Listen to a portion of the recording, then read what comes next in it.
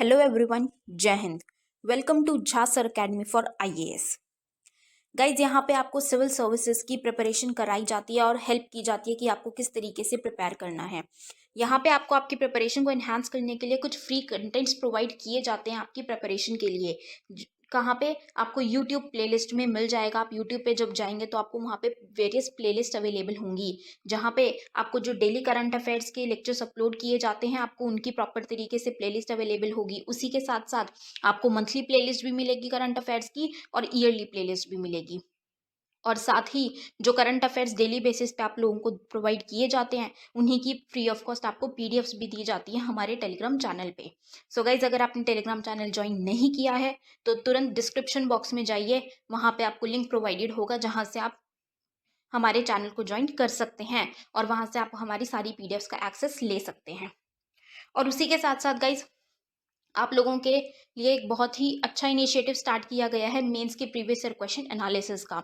आपको आपके लिए डेली बेसिस पर एनालिसिस किया जाता है और उसकी आप लोगों को प्लेलिस्ट प्रोवाइडेड है हमारे यूट्यूब चैनल पे ही। अलग अलग पेपर में प्रोवाइडेड है आप लोगों के कन्वीनियंस के लिए, GS1, GS2, GS3 and GS4 की। उसी के साथ साथ आप लोगों के लिए जीएस के अलग अलग सब्जेक्ट्स की भी प्लेलिस्ट अवेलेबल है। इकोनॉमिक्स है, जैसे सीसैट की आप लोगों के पास प्लेलिस्ट होगी और हिस्ट्री की भी प्लेलिस्ट आपको मिल जाएगी जो कि बिल्कुल फ्री होगी, वो आपको यूट्यूब पे ही अवेलेबल होगी।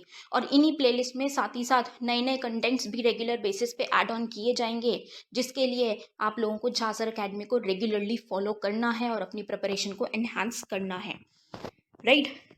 और उसी के साथ साथ गाइज, कुछ पेड कोर्सेज भी हैं जो आप लोगों के लिए लाए गए हैं Jha sir academy for IAS के द्वारा, जो जिन पेड कोर्सेज को झा सर खुद पर्सनली मेंटोर करते हैं, खुद उसको रिलेट करते हैं। जैसे कि जीएस का प्री प्लस मेंस बैच है गाइस, बिल्कुल जीरो से तैयारी करवाई जा रही है। झा सर खुद तैयारी करवाते हैं, पर्सनल गाइडेंस आपको दी जाती है, प्रॉपर तरीके से आपको अटेंशन प्रोवाइड की जाती है और बिल्कुल बेसिक से आपको तैयारी करवाई जा रही है आपकी प्रिपरेशन को एनहांस करने के लिए, राइट। तो आप इन कोर्सेज को भी ज़रूर ज्वाइन कीजिए। जैसे कि एक मेंस का भी आंसर राइटिंग का टेस्ट सीरीज बैच चल रहा है और प्रीलिम्स का भी टेस्ट सीरीज कोर्स चल रहा है गाइज, जो आपको हमारी ऐप पे टेस्ट सीरीज प्रोवाइड की जाएंगी। 10,000 क्वेश्चंस की आपको प्रैक्टिस कराई जाएगी। वो 10,000 क्वेश्चंस आपको कहाँ पे अवेलेबल होंगे? Jha sir academy for IAS की वेबसाइट पे भी अवेलेबल है और हमारा एक ऐप भी है Jha sir academy for IAS. आप अगर डालेंगे तो प्ले स्टोर से आपको वो ऐप मिल जाएगी, आप उसको डाउनलोड कर सकते हैं। वहाँ पे आपको प्रीलिम्स की टेस्ट सीरीज का एक्सेस भी मिल जाएगा और उसी के साथ साथ इतनी बेहतरीन ऐप है कि आपको वहाँ पे स्टडी टूल्स भी अवेलेबल हैं कि आपकी जो स्टडी है आप उसको ट्रैक कर सकते हैं कि आप कितना टाइम इफेक्टिवली स्टडी कर रहे हैं। तो इस ऐप को गाइज ज़रूर ज्वाइन कीजिएगा, डाउनलोड कीजिएगा और वेबसाइट भी अवेलेबल है। उस वेबसाइट पे भी आप जाके सब कुछ एक्सेस कर सकते हैं जो कि ऐप पे अवेलेबल है, right. So guys, Jha sir academy को रेगुलरली फॉलो करते रहिएगा।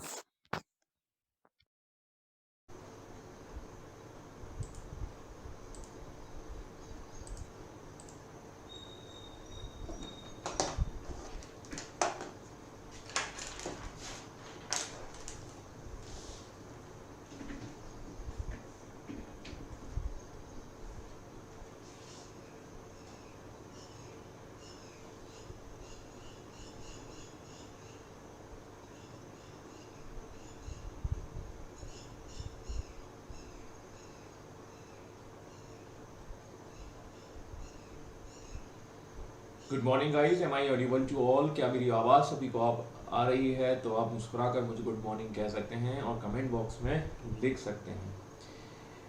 Good morning Nain ji, good morning Nancy ji, and good morning Ajit ji, and good morning मेरे लिए भी गुड मॉर्निंग। आज हम बात जो करने वाले हैं वो फ्रीडम स्ट्रगल्स की बात करने वाले हैं और ये फ्रीडम स्ट्रगल को हमने काफ़ी स्ट्रगल के साथ शुरू किया था। हमने ऑलरेडी देख चुके हैं कि इंडियन नेशनल कांग्रेस की स्थापना हो चुकी है। थोड़ा सा मैं पीछे से शुरू कर देता हूँ। और 1885 में हमने ये मूवमेंट थोड़ा सा शुरू किया था और इसका फर्स्ट फेज हमने यहाँ पर देख लिया था। Got it my points? ठीक है, हमने बंगाल का विभाजन देखा 1905 में। उसके बाद हमने देखा मुस्लिम लीग की स्थापना, दैट मीन्स द रेनकोट वाला कंसेप्ट, ठीक है। और उसके बाद हमने यहाँ देखा कि 1908 में हमारा स्वदेशी मूवमेंट थोड़ा सा बैकग्राउंड में कम हो जाता है। 1909 हमारा देखेंगे हम कुछ हमारे यहाँ रिफॉर्म्स होते हैं जिसके अंतर्गत हम देखते हैं सेपरेट इलेक्टोरल वाले रिफॉर्म्स आते हैं। 1910 में हमें कुछ नहीं देखने को मिला था, 11 में हमें दिल्ली दरबार देखने को मिला। इसके बाद हमने देखा कि 1913 के आसपास हमें देखने को मिलेगा हमारा गदर सन्नी देओल वाला हिसाब किताब, ठीक है। उसके बाद हमने 14 में देखा, 14 में हमने वर्ल्ड वॉर को शुरू किया और हम इस तरीके से करते हुए 1916 तक आ चुके थे। ऑलराइट्स, इस तरीके से हमने यहाँ तक की कहानी को समझ लिया है, जान लिया है और हम आगे इस तरीके से ही बढ़ रहे हैं। तो हमने ये देख लिया था कि 1960 तक आते आते तक we have seen the home rule league movements and home rule was related to the Bal Gangadhar तिलक, और बाल गंगाधर तिलक के साथ साथ एनी बेसेंट जो है वो इसमें कंट्रीब्यूशंस कर रहे हैं। और इसी से हम देखते हैं कि एनी बेसेंट 1916 में पहली महिला जो है अध्यक्षता कर रही हैं इंडियन नेशनल कांग्रेस की, वो हमने यहाँ पर बैकग्राउंड में देख लिया था। लेकिन आप देखेंगे कि यहाँ पर लीडरशिप का वैक्यूम होगा 1916 के बाद। मोटे तौर पर जब हम देखते हैं कि जब ये मूवमेंट अपने पीक पर होता है, उसी समय हम देखेंगे कि यहाँ के लीडर्स को गिरफ्तार कर लिया जाता है, कैप्चर कर लिया जाता है। जो छोटे मोटे नेता हैं वो भी आपको देखने को मिलेंगे। तो इस तरीके से एक घटना आपको देखने को मिलेगी। But during this movements that is going to that means जो मूवमेंट चल रहा है आपका 1917 में, आपका उसी समय पर ड्यूरिंग दिस टाइम, उसी समय पर बैकग्राउंड में हम देखेंगे कि एक उठापटक और चल रही है और ये उठापटक एमएम डिक्लेरेशंस या एमएम एक्ट के रूप में जानी जाएगी। तो we have already seen this kind of the scenario, ठीक है। ये मूवमेंट को खत्म करने या जो कॉन्स्टिट्यूशनल रिफॉर्म्स हैं या कह सकते हैं संवैधानिक सुधार हैं, उसी के लिए एक घोषणा की जाती है, मॉन्टेक्यू रिफॉर्म्स या डिक्लेरेशंस हम कह सकते हैं। और ये 20 अगस्त 1917 का होता है और उसमें ये बोला जाता है, लॉलीपॉप दी जाती है भारतीय लोगों को या जो मूवमेंट चला रहे हैं उनको, कि हम एक क्रमिक विकास करेंगे। ये क्रमिक विकास का मतलब है एक स्टेप बाय स्टेप। जैसे आप देखिए, आप जैसे मान के चलिए आप अपने बिल्डिंग्स में आप जाते हैं, दैट मीन्स, ठीक है, you are that means first step, ठीक है, second step, third step and the fourth step, ठीक है। आप इस तरीके से आप जो है सिस्टम में एंट्री करते हैं या आप किसी भी बिल्डिंग में जाते हैं, मतलब 1 to 1। ऐसा तो नहीं है कि आप जंप करके सीधे यहाँ पहुंच जाते हैं। शक्तिमान आप में से शायद कोई नहीं है, ठीक है। तो मैं आप ऐसा समझ सकते हैं, we are the common peoples, ठीक है। तो ऐसा ही कुछ करने के लिए ये एक घोषणा की जाती है, मॉन्टेग्यू डिक्लेरेशंस या अगस्त डिक्लेरेशंस कहा जाता है, जिसे अगस्त में आपका शुरू किया जाता है। ये हमने देखेंगे। इसके बाद हम देखते हैं कि इस घोषणा के साथ ही क्या होता है कि होम रूल लीग मूवमेंट जो है वो आपका डाउनफॉल की ओर चला जाता है। इतना हमने देख लिया था। ऑलराइट, इतना सारी चीजें कहानी समझ में आ चुकी हैं। गुड मॉर्निंग अजीत साहब, राधे राधे। और अब हम बात करने वाले हैं आगे की रिफॉर्म्स की ओर। तो अब हमने देख लिया था कि ये मॉन्टेक्यू रिफॉर्म्स जो हैं, इसको लेकर या इस घोषणा को लेकर जो है कुछ लोग जो हैं इसको सपोर्ट करेंगे। Some of the peoples are going to support, और उसमें कौन होंगे? मॉडरेट्स जो हैं वो आपको सपोर्ट करने वाले हैं, जबकि एक्सट्रीमिस्ट इस चीज को सपोर्ट बिल्कुल नहीं करेंगे। अब इस एमएम एक्ट का जो सिस्टम है या वो क्या है, तो वो हम देखने वाले हैं MC Montagu Chelmsford reforms, that is 1919 की हम बात करने वाले। 1919 में इस अगस्त डिक्लेरेशंस का ही प्रभाव आपको देखने को मॉन्टेग्यू चेम्सफोर्ड, ठीक है। और ये मॉन्टेग्यू चेम्सफोर्ड क्यों कहा जाता है कि ये जो है मॉन्टेग्यू जो है वो उनका जो सचिव है, सेक्रेटरी ऑफ द स्टेट्स हैं, और ये पूरा नाम है इनका एडविन सैमुअल मॉन्टेग्यू, ठीक है। तो इस तरीके से आप याद रख सकते हैं। और ये सेक्रेटरी हैं, दैट मीन्स ब्रिटिश पार्लियामेंट में, ये आपको पता होना चाहिए 1858 के बाद, ठीक है। मोटे तौर पर हमने देखा है कि जो कॉन्स्टिट्यूशनल रिफॉर्म्स होते हैं, संवैधानिक सुधार होते हैं, उसके तहत जो है वायसराय और सचिव जैसा कंसेप्ट आने देखने को मिलता है। और उस समय के वायसराय होते हैं चेम्सफोर्ड, लॉर्ड चेम्सफोर्ड, और ये वायसराय ऑफ इंडिया के रूप में जाने जाते हैं। तो इन्हीं के दोनों के संयुक्त प्रभाव से इस एक्ट को कहा जाता है एमसी रिफॉर्म्स या एमसी एक्ट कह सकते हैं, that means Montagu Chelmsford reforms, correct है।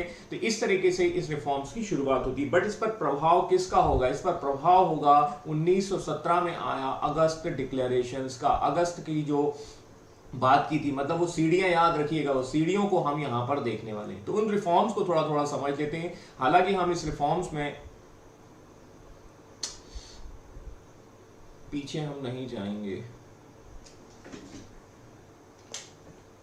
आज थोड़ा लाइट का प्रॉब्लम।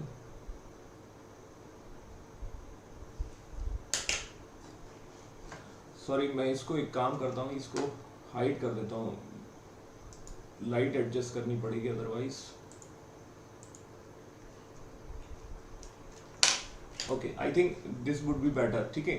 आवाज़ आनी चाहिए और आपका कंसेप्ट समझ में आए, ये ठीक रहेगा, है ना। तो सॉरी, एक्चुअली वो मेरे रूम में जो लाइट है वो डायरेक्ट आ जाती है कभी कभी, और वो सनलाइट इस समय आ गई है तो इस वजह से ऐसा हो जाता है। ठीक है, तो हम यहाँ देखेंगे कि कहीं ना कहीं जो है हमारे रिफॉर्म जो है वो 1917 की घटनाओं से जुड़े होंगे, और इस पर प्रभाव क्या होगा, हमारा होम रूलिंग। तो होम रूल के दौरान हमने डिक्लेरेशन कर दिया, बट ये एक्चुअली में आएगा 1919 में, and it's going to implement in the 1921। ये 1921 में आपका इम्प्लीमेंटेशन देखने को मिलेगा। अब इसके कुछ रिफॉर्म्स के कुछ पॉइंट्स हम थोड़ा थोड़ा सा देख लेते हैं। 1921 के आसपास ये रिफॉर्म जो है वो एक्चुअली में लागू होता है, जिसे हम देखते हैं कि घोषणा तो हो जाती है लेकिन वास्तव में ये आपको 1921 में आपको देखने को मिलेगा।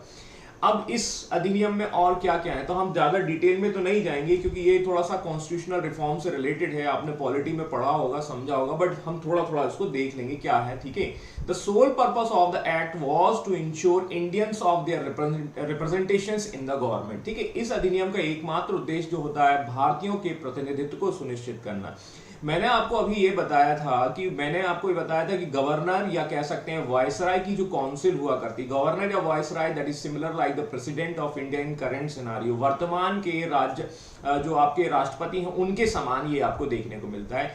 और राष्ट्रपति के नीचे क्या होता है, एक आपकी कैबिनेट होती है, एक मंत्री परिषद होती है, मिनिस्ट्री ऑफ काउंसिल होती है, उसका हेड होता है प्राइम मिनिस्टर। ऐसी व्यवस्था आज की डेट में हमारे यहाँ है। उस समय president of India that was similar like the आपका जो वायसराय है उसके समान आप मान लीजिए, और वायसराय को एक काउंसिल्स जो है वो सपोर्ट करती है, और ये सपोर्ट काउंसिल्स में क्या है, मैक्सिमम मेंबर हैं ब्रिटिशर्स के। मैंने आपको ये पीछे बताया था। एंड अब आगे चलकर ये होता है कि the Indians are going to demand, कि वो ये डिमांड करते हैं कि मुझे आप जो है रिप्रेजेंटेशन दीजिए, आप इस ब्रिटिशर्स की जगह मुझे आप एंट्री दीजिए। बोला ये नहीं होना चाहिए, ये नहीं होना चाहिए, इंडियंस आने चाहिए। तो हम यहां पर एकमात्र देखेंगे कि यहां पर एक तरीके से क्या किया जा रहा है कि इंडिया के वायसराय, दैट मींस जो कह सकते हैं भारत के जो वायसराय होंगे उसकी सलाहकार परिषद में इंडियंस लोग होंगे, ऐसा ये काम करने के लिए किया जा रहा है। तो this is the kind of the that means the representations. ठीक है, भारतीय लोगों को प्रतिनिधित्व दिया जाएगा, ऐसा ये काम कर रहा है 1919 का एक्ट। लेकिन क्या ये पर्याप्त होगा, जानेंगे आगे, समझेंगे और किस तरीके से हम देखेंगे। दूसरा आप देखेंगे कि जैसा आप लोकसभा और राज्यसभा को देखते हैं आज की तरीके से, ठीक है, वैसा ही हमें यहाँ पर बाई कैमरल या द्वैत शासन व्यवस्था आपको देखने को मिलेगा, जिसको हम डायआर्की भी कह सकते हैं। कुछ इस तरीके से समझने की कोशिश करें। और ये डायआर्की आपने थोड़ा बहुत देखा होगा, तो हमने बंगाल को जीता था, do you remember 1964 battle of Buxar, BOB battle of Buxar के बाद हमने ये डायआर्की सिस्टम जो है बंगाल में लगाने की कोशिश की थी, द्वैत शासन वहां से हम कह सकते हैं। लेकिन ये लोकसभा राज्यसभा जैसा concept you will find out in the province. ठीक है, मतलब आपके प्रांतों में देखने को मिलेगा, प्रांत वाली व्यवस्था में देखने को मिलेगा। तो कुछ कुछ पॉइंट्स हैं वो थोड़ा थोड़ा हम देखेंगे। संविधान का सुधार भी यहां पर होगा, संवैधानिक व्यवस्था जो आज की डेट में है। नमस्कार, प्रणाम प्रीति जी। और उस तरीके से ये रिफॉर्म्स आपको देखने को मिलेंगे। The act introduced reforms at the central as well as the provincial level of the government. केंद्र के साथ साथ जो है हम राज्य स्तर पर भी प्रांतों में सुधार की बात करेंगे, मतलब संवैधानिक व्यवस्था या जो हमारा जो सिस्टम है उस पर रिफॉर्म्स के लिए बात करेंगे। भारतीय लोगों को प्रतिनिधित्व दिया जाएगा, इस तरीके से हम देखेंगे। The central legislature was made more powerful and more representative by this act. आप देखेंगे कि इस वाली व्यवस्था में क्या किया गया है, केंद्र की विधायिका को अधिक शक्तिशाली बनाएगा। ये शब्द आपको पता होंगे मेरे हिसाब से। आज की डेट में देखिए सेंट्रल गवर्नमेंट है, और सेंट्रल गवर्नमेंट जो है वो एक ही है। दिल्ली में आपकी सरकार जो है आपकी बनती है, जो यूपीए की गवर्नमेंट है वो सेंट्रल गवर्नमेंट है, सॉरी एनडीए, एनडीए की गवर्नमेंट है, वो आपको देखने को मिलेगी। लेकिन स्टेट में क्या है, स्टेट में बहुत सारी सरकार है, जितने जितने स्टेट है, जैसे आपकी अरविंद केजरीवाल की स्टेट तो नहीं है, ठीक है, आपकी यूनिटी है। जैसे हम गुजरात में देख लेंगे, एमपी में देख लेंगे, यूपी में देखेंगे, all these are states. And अभी आप देखेंगे पावर किसके पास ज्यादा है, केंद्र के पास ज्यादा है। और यही लड़ाई झगड़ा आपको बंगाल और दिल्ली में देखने को मिलता रहता है, जस्ट टू अंडरस्टैंड। ठीक है, बट मोर पावरफुल कौन है, केंद्र है। ठीक है, केंद्र क्यों है, जैसे आप देखेंगे, हम देखेंगे हमारी शेड्यूल है, ठीक है, 7वीं अनुसूची, डू यू रिमेंबर 7वीं अनुसूची में आप देखेंगे 3 सब्जेक्ट्स डिवाइड कर दिए गए। आप देखेंगे एक सेंट्रल का है, एक प्रोविंस का है और एक कॉन्करेंट लिस्ट है। ठीक है, यहां पर आप देखेंगे केंद्रीय सूची, ये राज्य सूची, और ये एक है समवर्ती सूची। केंद्रीय सूची के विषय कौन से होंगे वो आपको पता है, ठीक है। प्रांत वाले होंगे वो कौन से हो जाएंगे, ये हो जाएंगे, ठीक है। और समवर्ती सूची के जो है मामलों में कोई भी बना सकता है, लेकिन चलेगी किसकी, सेंट्रल की चलेगी। ऐसे ही आप इस पॉइंट को समझ सकते हैं। The more powerful, who is more powerful, that is the central legislator, ठीक है, दैट मींस, ठीक है, हम कह सकते हैं केंद्रीय विधायक जो है, विधायिका जो है वो बहुत ज्यादा पावरफुल होगी। इस पॉइंट को वहां से कनेक्ट करके समझने की कोशिश करिए, ठीक है। मैं पॉलिटिकल सेक्शन में जाऊंगा नहीं, लेकिन थोड़ा सा आपको याद होना चाहिए सारी चीजों के बारे में। This act is introduce dyarchy in the province, ठीक है, मतलब प्रांतों में क्या शुरू हो जाएगी, प्रांत मतलब स्टेट, और स्टेट में भी आपको द्वैत शासन व्यवस्था आज भी देखने को मिलती है। आज कहां कहां देखने को मिलती है, यदि आपको थोड़ा बहुत याद हो तो यूपी में आपको देखने को मिलेगा, और जैसा मुझे याद आ रहा है दैट इज आपके कर्नाटका में भी आपको देखने को मिलेगा, यूपी में आपको देखने को मिलेगा, जम्मू कश्मीर जो अभी स्टेट अलग हो गए वहां भी आपको देखने को मिलेगा। तो इस तरीके से आप बिहार में आप देख सकते हैं, वहां भी आपको इस तरीके से देखने को मिलेगा। तो ये प्रांतों में द्वैत शासन व्यवस्था वैसे ही है जहां हम एमएलए और एमएलसी की बात करते हैं। और आपको थोड़ा बहुत याद होना चाहिए मेरे हिसाब से कि आप देखेंगे कि मुझे जैसा एक एग्जांपल याद आ रहा है अभी तुरंत, तो यूपी के एक सीएम थे, और वो सीएम कौन से थे, दैट मींस अखिलेश यादव। और अखिलेश यादव यदि आप देखेंगे तो वो एमएलए नहीं थे, वो एमएलसी है, दैट मींस जो आपकी विधान परिषद है उसके सदस्य हुआ करते थे।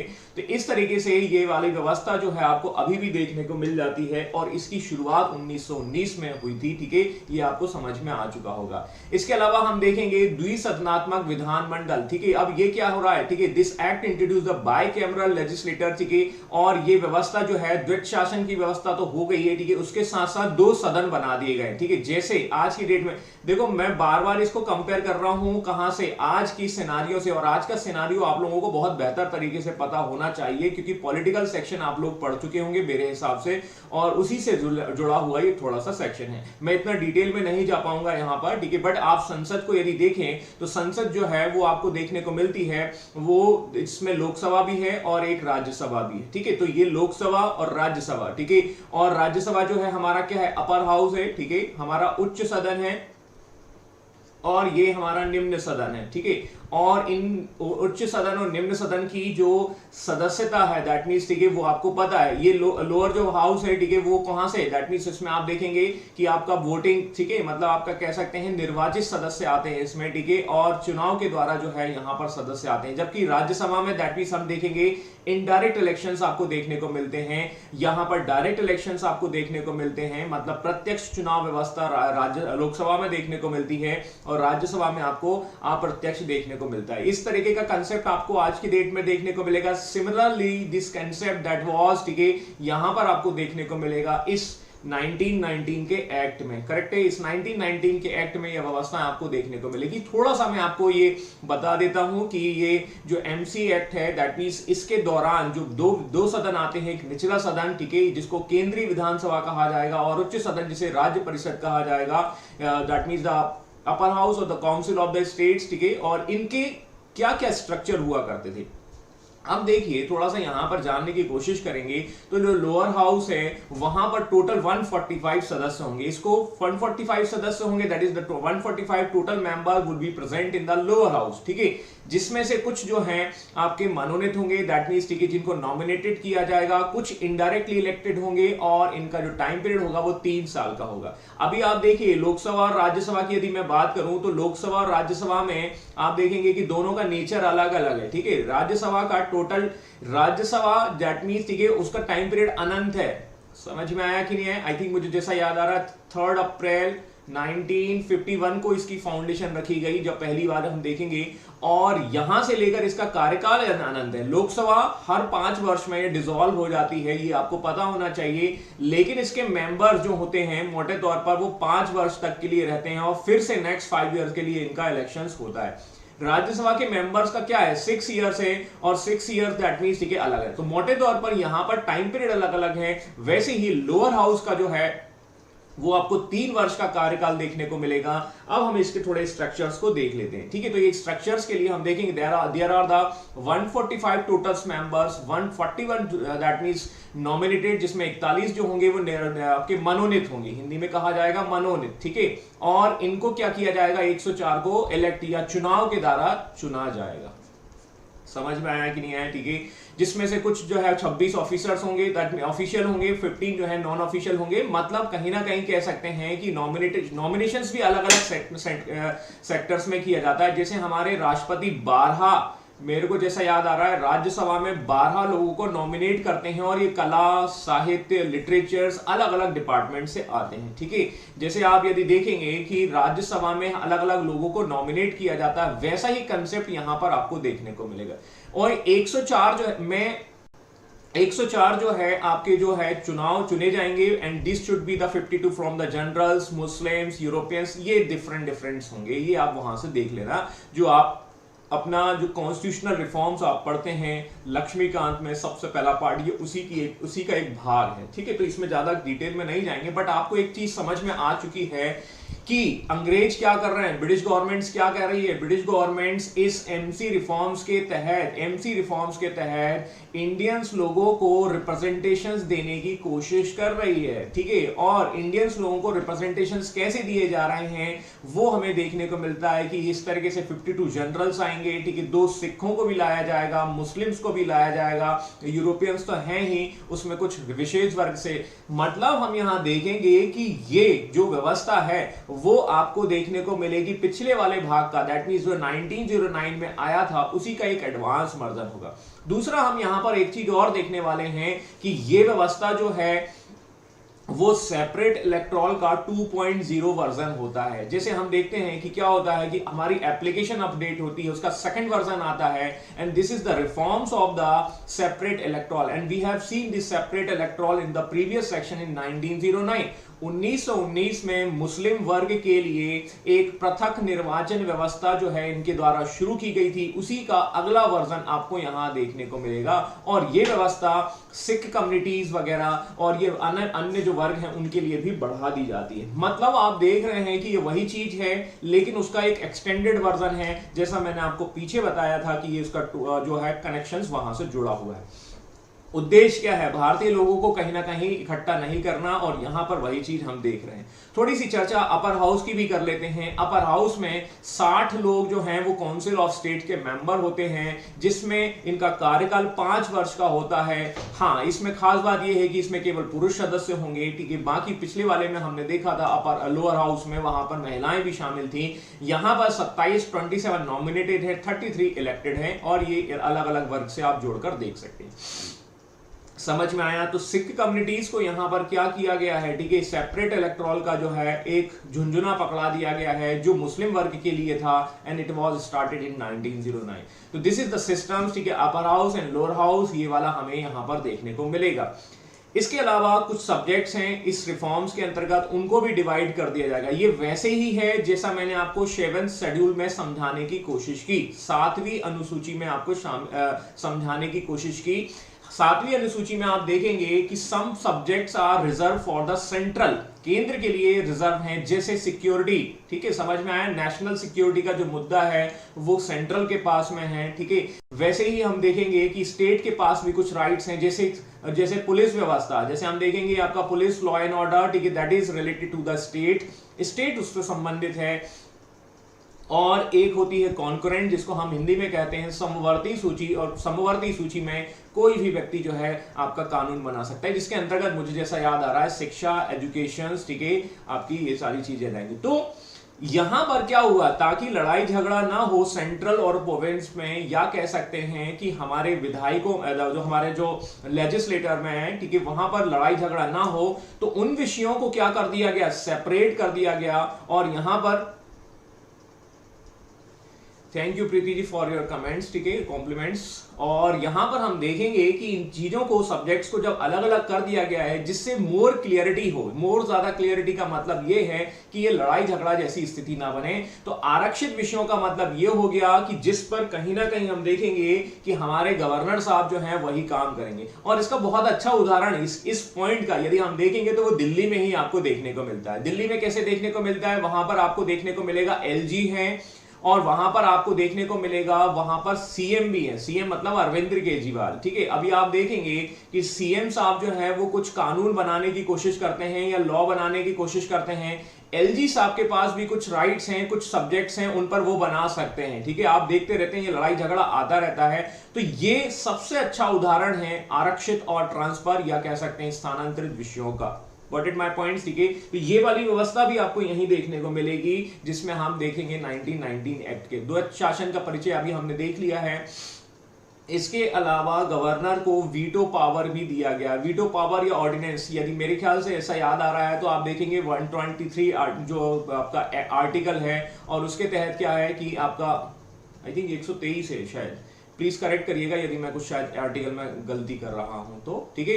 तो राज्यपाल जो है या कह सकते हैं जो हमारा गवर्नर है वो कहीं ना कहीं वीटो पावर के द्वारा वो अधिनियम को रोक सकता है या अध्यादेश जारी कर सकता है, ठीक है, ठीक है।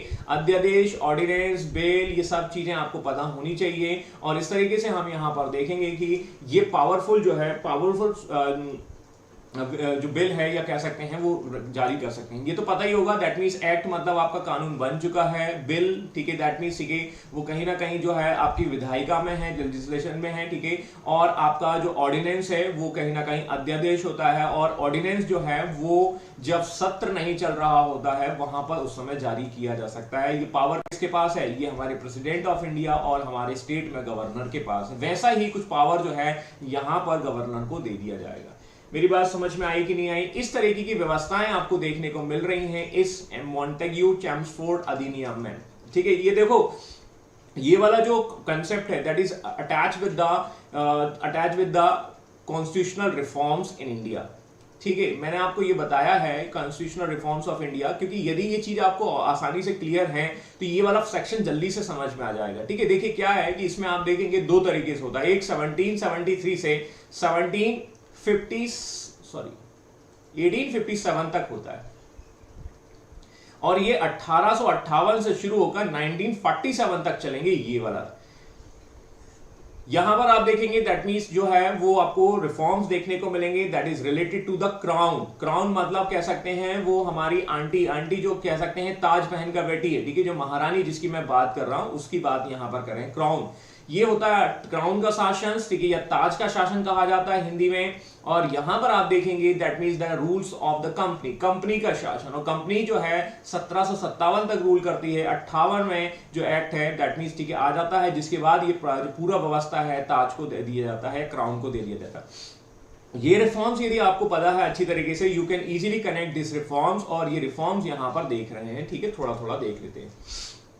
इसी एमसी एक्ट में ही पहली बार जो है आपको देखने को मिलेगा the first time there was a provision for the establishment of the public service commission in India. India में भारतीय लोक सेवा आयोग का गठन किया जाएगा। ये वाली व्यवस्था जो है इसी एक्ट में देखने को मिलती है।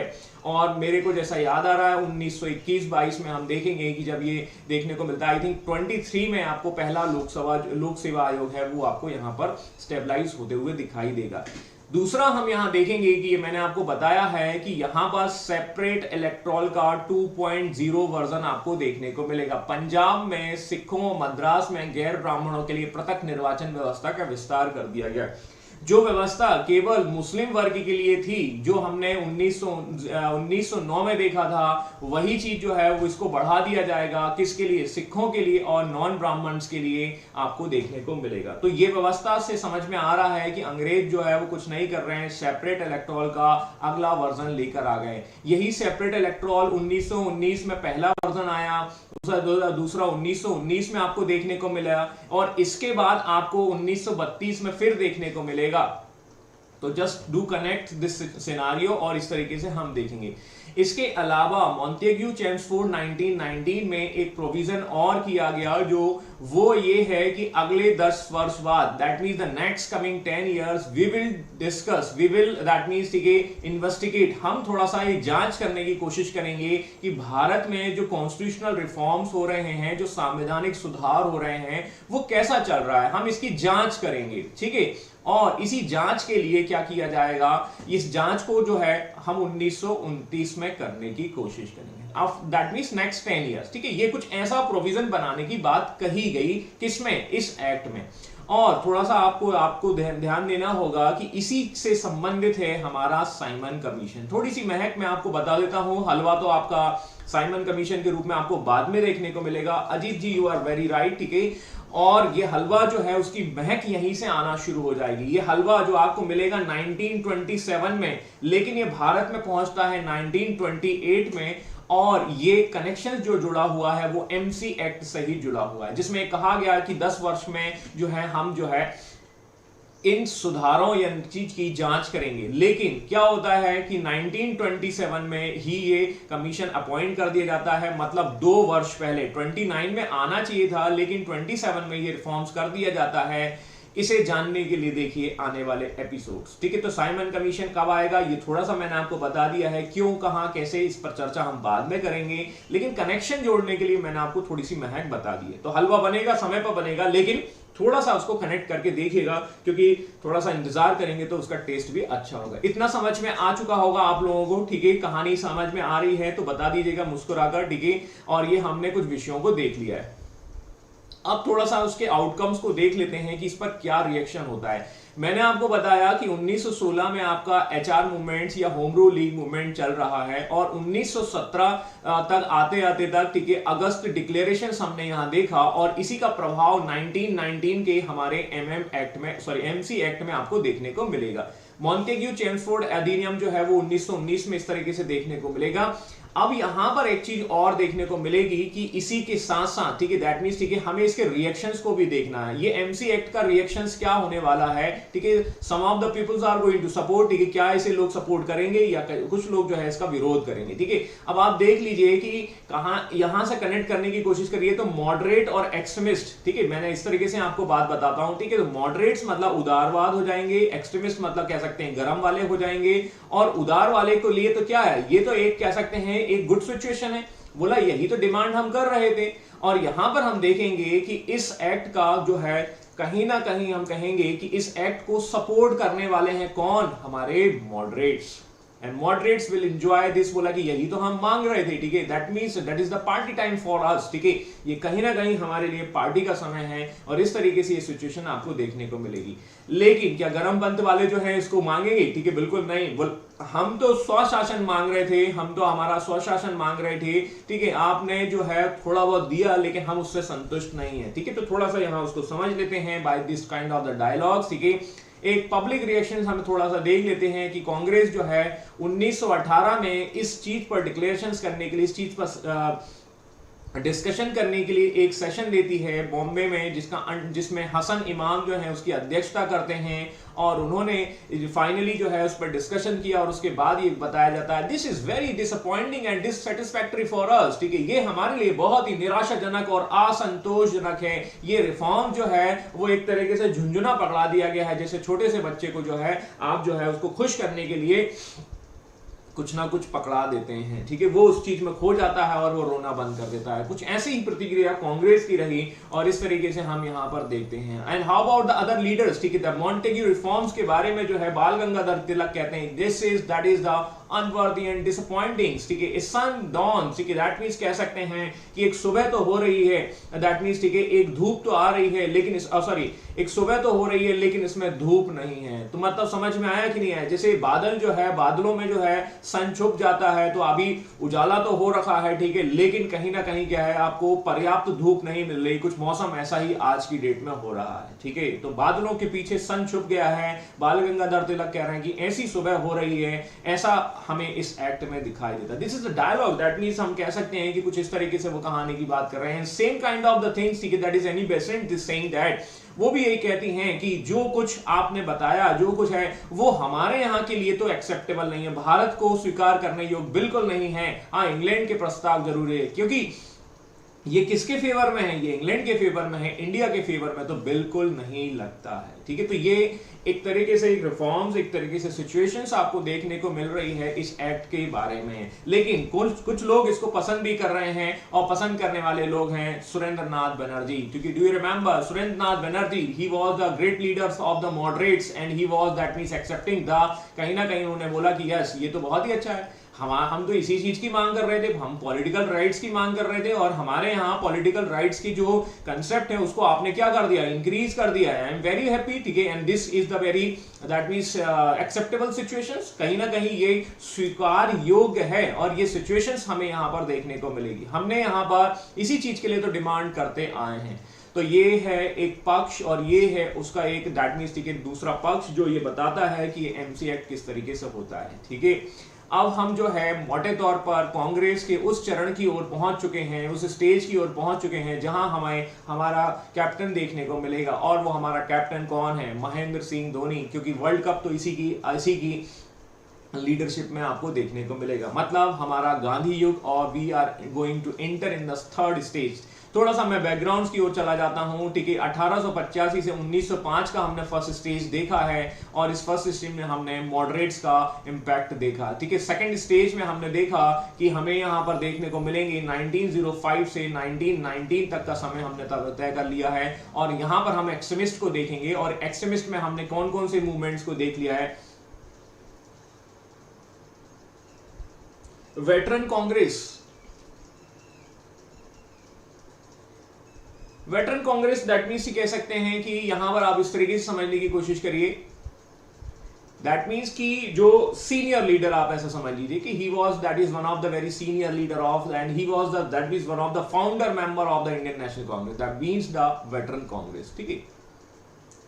अब यहां पर हम देखेंगे कि सेकंड वाले फेज में हमने कुछ सिस्टम को देखा, और हमने स्वदेशी मूवमेंट को देखा। स्वदेशी मूवमेंट के साथ साथ हमने बायकॉट भी किया था, डू यू रिमेंबर, ठीक है। और बायकॉट के साथ हमने देखा हमारे लीडरशिप में वैक्यूम हो गई, कुछ रिवॉल्यूशनरी एक्टिविटीज हमें यहां पर देखने को मिली, और कुछ रिवॉल्यूशनरी एक्टिविटीज के बाद हमने यहां पर कुछ एसेसिनेशंस भी देखे। मतलब हमने देखिए रैंड और आइमस्ट को हमने मार दिया था, ठीक है। इसके बाद हमने यहाँ पर कुछ कंसेप्ट को देखा, गदर मूवमेंट्स हमने यहाँ पर देखे। इसके बाद हमें यहाँ देखने को मिलेगा होम रूल लीग मूवमेंट आपको देखने को मिलता है।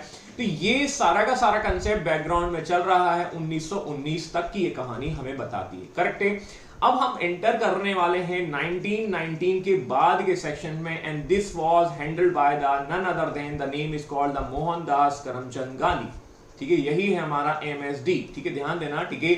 और ये एमएसडी जो है वर्ल्ड कप करने वाला है, ठीक है, वर्ल्ड कप खेलने वाला है। और वर्ल्ड कप आपको पता है कब आएगा, 1920 में आएगा, ठीक है ना। थोड़ा सा कनेक्ट करने की कोशिश करिएगा, ठीक है, थोड़ा सा हम इसको 1920 में वर्ल्ड कप हो जाएगा, ठीक है।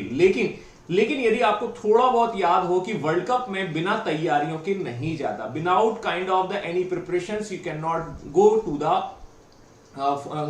To the world cup. और इसके लिए तैयारी के लिए आपको क्या किया जाता है, you need to go to the net practice, ठीक है। और नेट प्रैक्टिस आपको सेशंस करने होते हैं। तो तीसरा वाला जो स्टेज है वो एक्चुअली में शुरू होगा 1919 के बाद, लेकिन उसके बैकग्राउंड में आपको कुछ नेट प्रैक्टिस करते हुए मिलेंगे, और वो हैं हमारे लीडर जिनका नाम है Mohandas Karamchand Gandhi. And he will that means, ठीक है, इस पहले वर्ल्ड कप को कुछ यहां से खेलने की कोशिश करेंगे, और जब ये इतने यंग होते हैं। लेकिन ये जो लड़ाई है या जो दौर है ये काफी लंबा चलेगा, 1947 तक जाएगा, और ये इस तरीके से यहां पर आपको देखने को मिलेंगे। तो वी विल दैट मींस, ठीक है, we will follow this kind of the stage from this stage to the this stage. और इस तरीके से हम अब शुरू करने वाले हैं गांधी युग या गांधी स्टेज या गांधी का जो फ्रीडम स्ट्रगल है वो थर्ड फेज, करेक्ट है।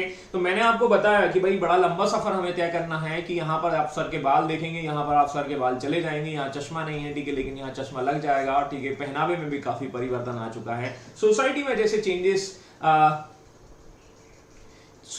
जैसे चेंजेस आया है, वैसा ही चेंजेस आपको यहां पर देखने को मिलेगा। अजीत जी, हम इसी चेंजेस के बारे में बात कर रहे हैं। अभी क्या चेंजेस आएंगे वो हम थोड़ा सा देखेंगे, करेक्ट है। तो गांधी जब बिल्कुल यंग होंगे उस समय इसकी फाउंडेशन शुरू होगी, और इस फाउंडेशन के बाद ये वाली जो स्टेज है वहां तक हमें सफर तय करना है। तो वर्ल्ड कप मैं आपको बता रहा हूं, वर्ल्ड कप का मतलब है यहां पर हम 3 वर्ल्ड कप खेलने वाले हैं, या हम कह सकते हैं 3 मूवमेंट खास करने वाले हैं। एंड दीज 3 मूवमेंट्स के पहले आपको प्रैक्टिस करनी होगी, और ये प्रैक्टिस जो है वो हमें ले जाती है इस सेशंस की ओर। और यहां पर हमें देखने को मिलेंगे कि गांधी जो है वो थोड़ा सा प्रैक्टिस की ओर जाएंगे। तो करेक्ट है, एक मिनट,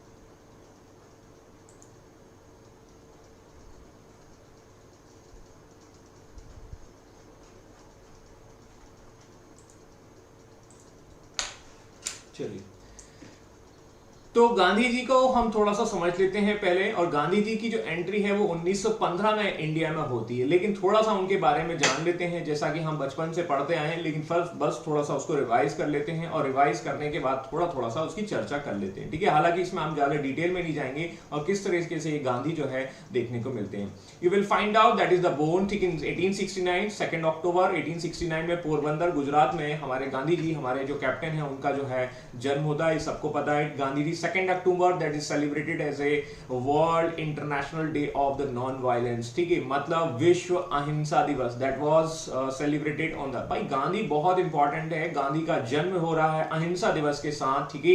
ये वो व्यक्ति है जो अहिंसा जैसा कंसेप्ट कहां से आ रहा है, अहिंसा जैसा कंसेप्ट जैनिज्म और बौद्धिज्म से देखने को मिलता है, but he was the person who was actually used in this as a kind of the weapons, ठीक है। उसके इस वेपन से अंग्रेज भी भागते थे, और ये वेपन जो है वो एक्चुअली में यूज करने वाला है इन वर्ल्ड कप में। थोड़ा सा तो देखिएगा, तो अहिंसा दिवस 2 अक्टूबर को मनाया जाता है, मैंने वो चीज रखी है, बट ही वाज, ठीक है, दैट मींस डाइड, ठीक है। 1948 30 जनवरी की बात होती है, दिल्ली के बिरला हाउस में इन्हें नाथूराम गोडसे के द्वारा गोली मार दी जाती है। And this day also celebrated in the memory of the Gandhi, और इसे कहा जाता है शहीद दिवस, ठीक है।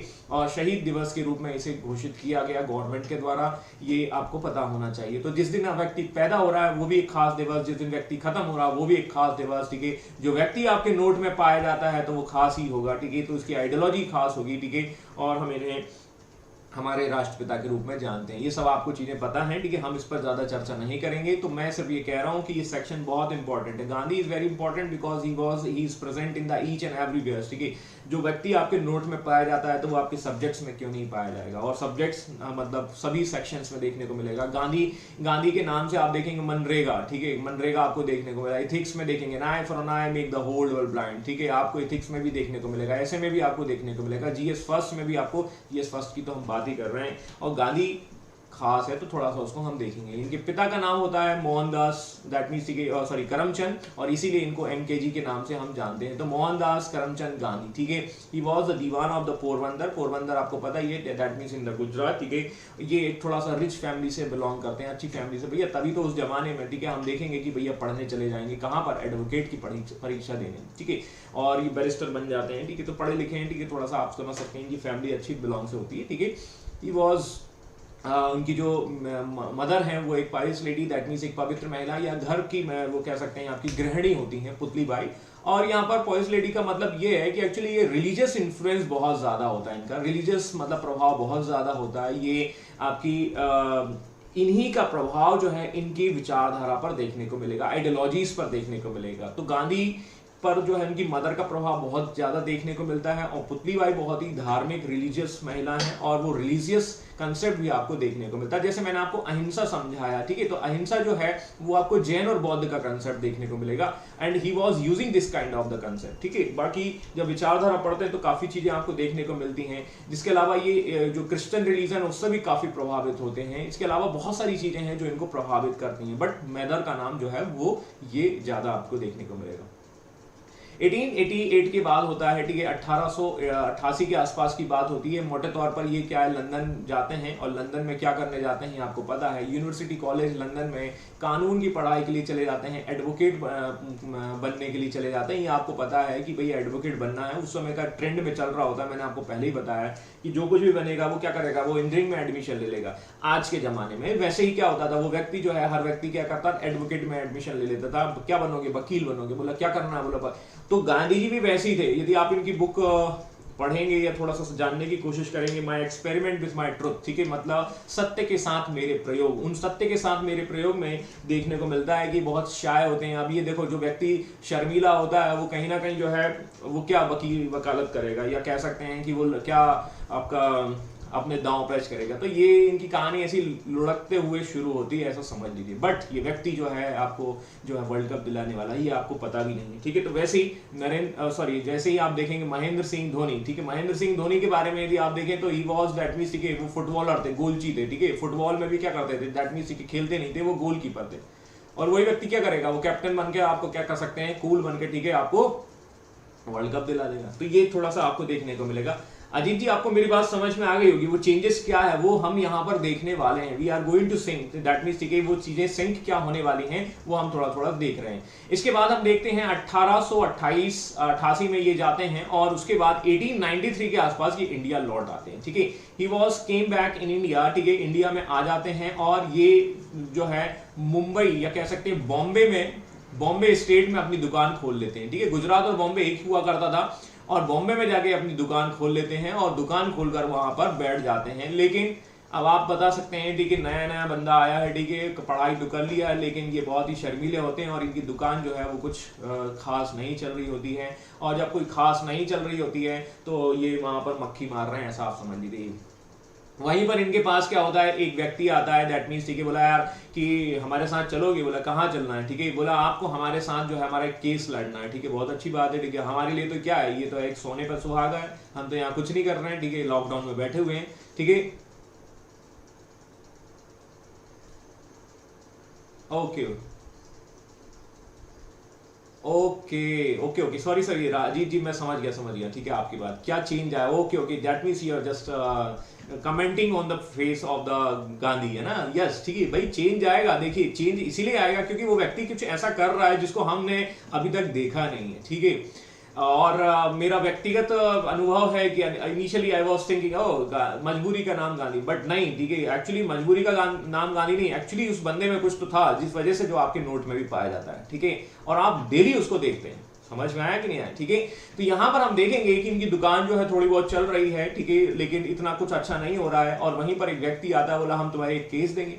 ठीक है साहब, केस दोगे। ठीक है, और ये केस जो है आपको कहीं ना कहीं, ठीक है, थोड़ा बहुत कुछ अर्निंग भी देगा, ऐसा उन्होंने सोचा। बोला ठीक है, लेकिन और उस पर और क्या चाहिए, दैट मीन्स ठीक है, लेकिन केस करने के लिए आपको क्या, केस लड़ने के लिए आपको साउथ अफ्रीका चलना होगा। अरे बोला ये तो बहुत अच्छी बात है। गुजराती वाले व्यक्ति को यदि जॉब मिल जाए तो वो तो बहुत अच्छी बात है, और वो जॉब इंडिया के बाहर मिल जाए तो और बड़ी अच्छी बात है। तो गुजराती देखिए, दैट मीन्स ठीक है, या तो वो गुजरात में जॉब करते हैं या वो इंडिया के बाहर जॉब करते हैं। They are not that means working in any kind any places of the India. वो कहीं भी आप देखेंगे, ये मेरा व्यक्तिगत अनुभव है, आप देख लीजिएगा आपके आसपास के लोगों को। ठीक है, बहुत ही कम देखने को मिलेंगे। यू विल, तो it is a kind of that means ठीक है, icing on the cake for the Gandhi. और गांधी के लिए क्या है, सोने पे सुहागा वाली एक न्यूज आती है। दादा अब्दुल्ला ऐसा ऑफर लेकर आते हैं और उन्हें अफ्रीका जाने का ऑफर देते हैं। कितना, दैट मीन्स कि कितने टाइम लगेगा। बोला 1 साल का काम है, ठीक है, मोटे तौर पर, और 1 साल 2 साल में आप बाहर आ जाएंगे। लेकिन ये जो वर्ष हैं वो 1 साल 2 साल कब जो है 20 वर्षों में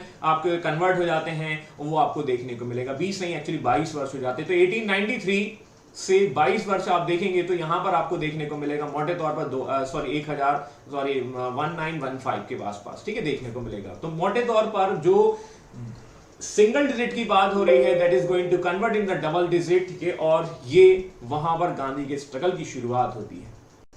उसी दौरान जब ये जाते हैं, ठीक है, ये डरबन से प्रिटोरिया की ओर जाते हैं, उसी समय ये फर्स्ट क्लास में सफ़र कर रहे होते हैं। मेरे पास टिकट है फर्स्ट क्लास का, ठीक है, और अंग्रेज जो है वो कहीं ना कहीं इनको क्या करते हैं कि उस डिब्बे से फेंक देते हैं, और उस डिब्बे से फेंक देते हैं। ये प्रिटोरिया से, सॉरी, डरबन एक आपका साउथ अफ्रीका के साउथ वाले पार्ट में आपको देखने को मिलेगा। ठीक है, वहां पर आपको देखेंगे डरबन से प्रिटोरिया की ओर जाते हैं। ये मोनूमेंट पार्क की मैं बात कर रहा हूँ, और ये सफर के दौरान फर्स्ट क्लास का टिकट लेते हैं। ठीक है, जब टिकट चेकर जो आता है तो बोला कि तुम यहाँ से उतर जाओ, और फाइनली गांधी जो है उनको इस तरीके से फेंक दिया जाता है। दीज आर द पर्सन्स, ठीक है, ये टिकट चेकर होता है, ये लोग उनको देख रहे हैं, और गांधी जी को सामान के साथ बाहर कर दिया जाता है, बेइज्जती कर दी जाती है। तो this picture is taken from the movie Gandhi. ठीक है, मैंने वहां से लेने की कोशिश की है, ज्यादा क्लियर नहीं आया है। ठीक है, और गांधी यहां पर डिसाइड कर लेते हैं कि तुमने मुझे आज यहां से फेंका है, ठीक है, मैं ट्रेन से फेंका है, मैं तुम्हें अपने देश से निकाल कर फेंक दूंगा। ठीक है, this is the dialogue that is exchange in between these two personality. तो गांधी यहीं पर डिसाइड करते हैं, और यहीं से शुरुआत होगी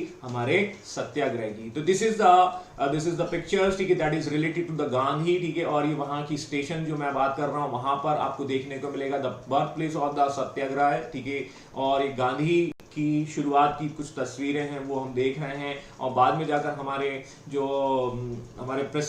राष्ट्रपति हैं, हमारे जो संवैधानिक पदों के प्रमुख व्यक्ति हैं, वो भी क्या करते हैं, बार यहाँ पर आते जाते रहते हैं। और ये एक तरह से एक रिमार्क के रूप में आपको, एक लैंडमार्क के रूप में आपको देखने को मिलता है कि जिस व्यक्ति ने, दैट मीन्स जिस व्यक्ति को ट्रेन से उठाकर फेंक दिया है, और वही व्यक्ति डिसाइड करेगा कि मैं तुम्हें अपने देश से उठाकर फेंक दूंगा। आगे देखते हैं, ठीक है, किस तरीके से फेंका जाता है। तो यही चेंज है, this kind of the change we will observe in the Gandhi and the ideologies, ठीक है। तो गांधी इसके बाद क्या करते हैं, इसके बाद गांधी जो है वो रियलाइज करते हैं साउथ अफ्रीका में जो कंडीशन है इंडियंस लोगों की, क्योंकि आप देखेंगे कि इंडिया में क्या है, इंडिया में भी ब्रिटिशर्स का राज है और साउथ अफ्रीका में भी ब्रिटिशर्स का राज है, और इंडिया में कुछ ऐसी इंडियंस लोगों के साथ ऐसा व्यवहार साउथ अफ्रीका में किया जा रहा है, और इसके लिए वो काम करना शुरू कर देते हैं। And he is going to founded a Natal Indian Congress in 1894, ठीक है, 1894 में। इन्हीं रिफॉर्म्स को लेकर वो क्या करते हैं कि आपका काम करते हैं और नटाल इंडियन कांग्रेस की स्थापना करते हैं। इसके बाद वो न्यूज़पेपर के माध्यम से अपने विचारों को रखते हैं, और वो न्यूज़पेपर है इंडियन ओपिनियंस, ठीक है। He started A paper called the Indian opinions in the South Africa, और इस तरीके से वो कई ऐसी सिस्टम्स या कई ऐसे जो यूनियन है वो बनाने की कोशिश करते हैं, जो मैंने यहाँ फैक्ट्स के रूप में रखी हैं। तो ऑल दीज सिचुएशंस, हमें यहां पर ज्यादा डिटेल में नहीं जाना, बट यहां पर हमें जानने की कोशिश करना है कि व्हाट ही इज डूइंग, जो ये साउथ अफ्रीका में प्रैक्टिस कर रहे हैं, ये यूज करने वाले हैं कहां पर, he will use in this kind of the section in the same in India. जब इंडिया में हम आ जाएंगे, हम यहां पर अभी प्रैक्टिस कर रहे हैं, एक्चुअली में सत्याग्रह चलता है नहीं चलता है, आप अपनी बंदूकें साफ कर लीजिए, ठीक है, before going to the war.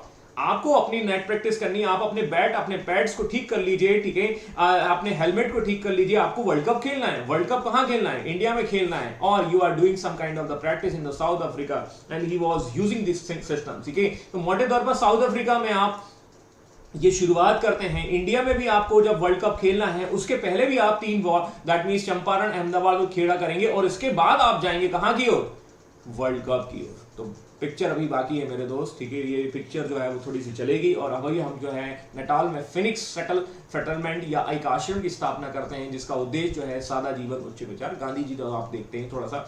इसके बाद हम देखेंगे Tolstoy form in the Johannesburg with the support of his German architects, उनके एक फ्रेंड होते हैं, दोस्त भी बन जाते हैं उनके, ठीक है। तो वहां पर आप देखेंगे एक आपके कॉलिन वॉक नाम के व्यक्ति होते हैं, उनकी मदद से ये क्या करते हैं, टॉलस्टॉय फॉर्म की स्थापना करते हैं। इस तरीके से Johannesburg that is the capital of the South Africa, ठीक है, वहां पर आपको 3 कैपिटल देखने को मिलती है ना, जोहानिसबर्ग, प्रिटोरिया, एक और होता है, ठीक है। तो ये मोटे तौर पर वहां से आप कनेक्ट करके देखने की कोशिश करिएगा। एंड फाइनली 1940s में हम देखेंगे कि the government is going to decided, ठीक है, गवर्नमेंट डिसाइड करती है कि गांधी जी सही कह रहा है, इसकी थोड़ी बहुत डिमांड मान लेते हैं, ठीक है।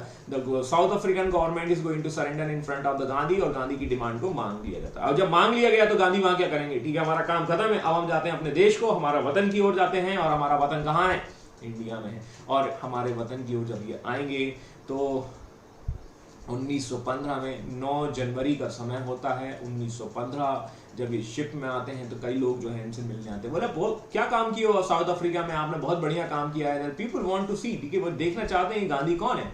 और इस तरीके से हम देखते हैं कि आपको गांधी का स्वागत वगैरह किया जाता है, ठीक है, और इस तरीके की सिचुएशन आपको देखने को मिलती है। And this day 9 January 1915 that is celebrated as a day of the, that means Bharatiya Pravasi दिवस। इंडियन गवर्नमेंट इसी दिवस को क्या करती है, एक सेलिब्रेशंस करती है, और ये आपको देखने को मिलेगा 2003 से। ये काम, सारे काम जो है वो बीजेपी गवर्नमेंट ही करती है, जितने भी दिवस मनाना, आपके लिए टेंशन दे देना, ठीक है, ये दिवस वो दिवस, संविधान दिवस, ये सब यही करती है, ठीक है ना, बाद में ही आता था, और ये इनको यूज करने की कोशिश करती है अपनी पॉलिटिक्स में। बट ये जो कुछ भी है, तो India, that means India arrival day, that means कौन अराइवल डे, ये अराइवल डे मतलब मोहनदास करमचंद गांधी का, ठीक है, that is observe by the ministry of the external affairs government of, ठीक है, ये विदेश व्यापार जो है वो आपको वो देखने को मिलता है, ठीक है। और भारतीय प्रवासी दिवस आपको देखने को मिलेगा। Significance to remember the favour of the contributions made by the non residents Indians to the welfare and the development of the nations, मतलब ये गांधी जी के याद में मनाया जाएगा, आएंगे, लेकिन गांधी जी की याद में तो बनाया जाएगा, लेकिन भारत में जो रहने वाले, भारत में नहीं रहने वाले इंडियंस को भारत में इन्वेस्ट करने के लिए प्रेरित करता है। तो ये थोड़ा सा इस तरीके से कनेक्ट करके कोशिश करिएगा कि भारत में जो नहीं रहते, जो एनआरआईज लोग हैं, वो भारत में आकर इन्वेस्ट करें, उनको हम थोड़ा थोड़ा बुलाएं और यहां पर थोड़ा थोड़ा वो कंट्रीब्यूट करें, ठीक है। तो जो अंग्रेजों के टाइम पे चले गए थे उन्हें वापस बुलाया जाए, अब उनके पास पैसा आ गया, थोड़ा बहुत भैया भारत के लिए भी करो, ये उस तरीके का काम आपको देखने को मिलेगा। तो ये मैंने एक वही चीज रखी है, तो ये मेमोरी भी कनेक्ट करिए। तो जो व्यक्ति जिस दिन पैदा हुआ है दैट इज अ डे, ठीक है, जिस दिन उसकी डेथ हुई है that is also another day, और जो व्यक्ति जब भारत में आ रहा था वो भी एक खास दिवस, तो खास तो होगा, ठीक है। तो गांधी जो है वो इस तरीके से इंडिया में आ जाते हैं, और इंडिया में आने के बाद he was realizing the south Africa में जो मैंने काम किया है सेम काइंड ऑफ थिंग्स, ठीक है, आई विल ऑब्जर्व, ठीक, इन इंडिया, ठीक है, और इंडिया में भी मैं देख रहा हूं क्योंकि यहां भी ब्रिटिश गवर्नमेंट है, और ब्रिटिश गवर्नमेंट जो है इस तरीके के भेदभाव यहां पर इंडियन स्कूल के साथ करती है। पहले मैं देखूंगा कि भारत में जो चल रहा है उसको मैं खोजने की कोशिश करूंगा, और इंडिया के लिए जो है इंडिया के दर्शन के लिए निकलते हैं, भारतीय दर्शन के लिए, और उस दर्शन के दौरान ये ट्रेन को प्रेफर करते हैं, ठीक है, और उस समय ट्रेन भारत में चल रही है, और ट्रेन के अभी पहले डब्बे में नहीं बैठेंगे क्योंकि ट्रेन के पहले डब्बे की कहानी जो है इनको थोड़ा सा दैट मींस झकझोर देती है, ठीक है, और इसीलिए क्या करते हैं, I will that means prefer in the third class, ठीक है, मतलब जो हमारा जनरल बोगी का डब्बा है जिसमें उस जनरल बोगी के डब्बे में प्रेफर करते हैं, क्योंकि भारत का हर एक आम आदमी जो है इसमें सफर करता है। मैं आम आदमी से जोड़ूंगा, ठीक है, आम आदमी से जानूंगा और उसमें देखने की कोशिश करूंगा कि किस तरीके से हमें ब्रिटिश गवर्नमेंट जो है वो अत्याचार कर रही है। अब आप देखिए गांधी का आइडियोलॉजी यही है, गांधी जो है वो कोई भी चीज सीधे काम नहीं करते, सीधी बात है, ठीक है, उस काम को क्या करेंगे जिसमें कह सकते हैं, अभी देखो अभी तो क्या होगा कि अभी तो व्हाट्सएप यूनिवर्सिटी चलती है, ठीक है, व्हाट्सएप यूनिवर्सिटी में क्या होता है, ठीक है, हम हमारी मांगे पूरी करो, हमारी मांगे पूरी करो, हमारी मांगे पूरी करो, ठीक है, और आगे देखा नहीं आपने फॉरवर्ड कर दिया, ठीक है, फॉरवर्ड कर दिया मैसेज, ठीक है, आजादी मिल गई आपको, ऐसा मिल जाता व्हाट्सएप यूनिवर्सिटी होता। तो गांधी क्या कर रहे हैं, लोगों को जोड़ने के लिए व्हाट्सएप ही कर रहे हैं, लेकिन ये व्हाट्सएप करने का तरीका क्या है, वो व्हाट्सएप करने का तरीका ये है कि वो एक स्थान से जब दूसरे स्थान की ओर जाएंगे तो वो ऐसे सीधे डायरेक्ट नहीं जाएंगे, सीधे फॉरवर्ड नहीं करेंगे, वो क्या करेंगे, वो धीरे धीरे क्या करेंगे, वो यहां जाएंगे, यहां के लोगों को इकट्ठा करेंगे, यहां जाएंगे, यहां के लोगों को इकट्ठा करेंगे, यहां पहुंच गए, यहां से यहां पहुंच गए, यहां से, और इस तरीके से जो व्यक्ति जो कहते हैं ना दैट मींस, ठीक है, मैं तो चलता गया अकेला, ठीक है, कारवां यूं ही बढ़ता गया, ठीक है, तो वही चीज है। तो गांधी अकेला चल गया, ठीक है, और उसके पीछे पीछे लोग होते गए और बी तक पहुंचे तक, ठीक है, वो एक बड़ा that means huge mass convert हो गया, दैट मींस एक बड़ा आंदोलन कन्वर्ट हो गया। ये है गांधी का स्टाइल। तो वो पहले जानना चाह रहा है कि एक्चुअली क्या है, भारत में क्या चल रहा है, दैट मींस, ठीक है, और इस दौरान वो है भारत का दर्शन करते हैं, कहां पर पानी पूरी मिल रही है अच्छी, कहां पर आप देखेंगे डोसा, इडली, वड़ा, सांभर, सब जानने की कोशिश करते हैं। इसी से तो जान पाएंगे कि आप भारत का देश, भारत के लोग कैसे हैं। मेरी बात समझ में आई कि नहीं आई? और गांधी जी अब ये देखते हैं, उसके बाद जो है वो हम यहाँ पर देखने वाले हैं आने वाले समय में, that means the next world cup के पहले हमारा नेट प्रैक्टिस, ठीक है। तो हमारे महेंद्र सिंह धोनी जो है वो इस समय प्रैक्टिस कर रहे हैं, और ये प्रैक्टिस हम देखेंगे चंपारण, अहमदाबाद और खेड़ा के रूप में। और ये वर्ल्ड कप आपको क्या है, ठीक है, that means before going to the world cup we need to understand this. आपको ये 3 महत्वपूर्ण स्ट्रगल्स हम देखने वाले हैं, लेकिन ये 3 महत्वपूर्ण जो स्ट्रगल्स हम देखने वाले हैं, we will that means observe similar as a net practice। ये नेट प्रैक्टिस ही चल रही है हमारी। हमारा मेन वर्ल्ड कप जो है वो 1919 में शुरू होगा, 1919-1920 में शुरू होगा, 1 अगस्त 1920, और 1 अगस्त 1920 आपको शायद याद होगा हमारे बाल गंगाधर तिलक साहब जो हैं उनका तिलक मिट जाता है, दैट मीन्स वो तिलक साहब जो हैं एक्सपायर कर जाएंगे। तो इनकी एक्सपायर के साथ ही एक वर्ल्ड कप शुरू होगा, बट अभी हमें प्रैक्टिस करनी होगी। तो वर्ल्ड कप भाई कल शुरू होगा, ठीक है, तो अभी प्रैक्टिस करते रहिए थोड़ा थोड़ा, ठीक है, बैकग्राउंड में रिवाइज करते रहिए। आज की कहानी को हम यही नेट प्रैक्टिस के साथ छोड़ जाते हैं। आप नेट प्रैक्टिस करिए घर पर, ठीक है, घर के अंदर ही, ठीक है, दैट मीन्स, ठीक है, और यदि कोई डाउट हो, कोई सेशन हो, कोई समस्या हो तो हम कल इस पर चर्चा करेंगे, ठीक है। कल संडे है, of course we will take a session, ठीक है, हम कल क्लास लेंगे, ठीक है, यकीनन लेंगे। आप लोग उपस्थित रहिएगा, कोई दिक्कत हो, ठीक है, कल क्वेश्चंस के साथ आइएगा, फिर हम आगे और उस पर चर्चा करेंगे, ठीक है। मेरी बात समझ में आ चुकी होगी। यदि कोई क्वेरीज हो, कोई समस्या हो, हाँ, अभी पीडीएफ आपको लास्ट कहाँ तक मिल चुका है? मेरे ख्याल से पीडीएफ आपको मैंने शायद 1857, तो मैं वो पीडीएफ आज मैं आपको भेज दूंगा, ठीक है, और इसका जो पीडीएफ है वो भी मैं आपको इस तरीके से भेज दूंगा, ठीक है। तो ये इस तरीके से ये आज की सभा को हम समाप्त करते हैं। कोई क्वेरीज, कोई क्वेश्चंस, कोई समस्या हो तो आप मेरे को यकीनन बताइएगा। आज की सभा को यहीं समाप्त करते हैं, आपसे विदा लेता हूँ। घर पर रहें, सुरक्षित रहें, जबरदस्त रहें, मदमस्त रहें। चाय पकौड़े का मौसम हो रखा है, ठीक है, तो चाय पीते रहें, पकौड़े खाते रहें, नेट प्रैक्टिस करते रहें। Good day for the day. आज के लिए इतना ही काफी। Bye bye, take care.